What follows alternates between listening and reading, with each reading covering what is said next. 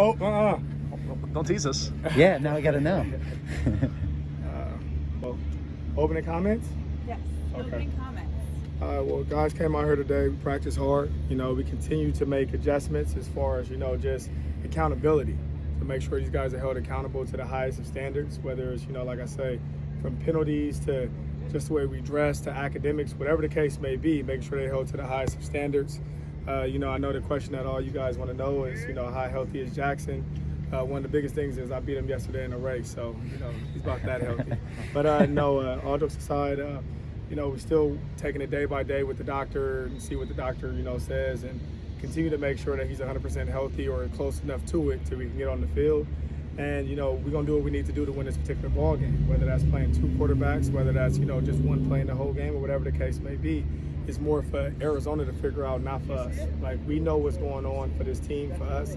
We're not pretty much going to help our opponent in any shape, form, or fashion. Ideally, what would you like to get out of Jackson the rest of the year, just for his development, for the big picture? What would be beneficial? Well, he's definitely, one of our quarterbacks for the future. We have multiple, and Keita's now getting to the point to where he's a little older, and he's going to move on to the next step for him in football. And Jackson, I would like to continue to see him get development, whether it's in the offense, throwing the ball, making sure you have understanding of the offense, and just controlling this team. Because one day soon that it will probably be his team, or he'll be battling for it to be his team. How difficult is it? I know Graham had talked about having a package for Jackson even before the Washington State game, but in terms of using that later, how hard is it to kind of balance the two quarterbacks, and you don't want one guy to fall out of rhythm and the other guy's kind of cold when he comes in? You know what? I don't think it's that hard, because we've been a team that's actually been playing multiple offensive linemen, whether it's in series or snaps, and it's all positions that you switch up. It's actually maybe a little harder for other guys, just because of the cadence or how guys do or handle the particular offense may be different than the other, right? Just even when it comes to the read zone game, as far as the things that they may do with the particular offense. So once again, I don't really think it's an issue for us. I think it's more of an issue for our opponent. Your Steele said he felt like he was playing more like himself again. Steele? Yes. What kind of talks did you have over the bye week to kind of get into that point? You know what? I think he was a guy that was kind of playing, body a little dinged up, body beat up, and just some adjustments. You have an adjustment of maybe me always being your coach to maybe a couple other people, so you're having to adjust to the things you have to do. And kind of went back to doing as much as I possibly can with the secondary. So, I would say that helped him a little bit. Maybe I wouldn't say that, but he's just a guy that is going to continue to develop. I think this past game was his best game of the season, and hopefully he can continue to grow on it. What was the one thing he did that was most encouraging to you this last game?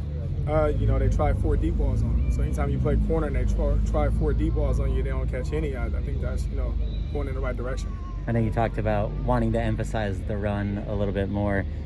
In terms of this last game, what was working, especially just with the game flow and kind of the way Graham was calling it, especially when it came into that second half?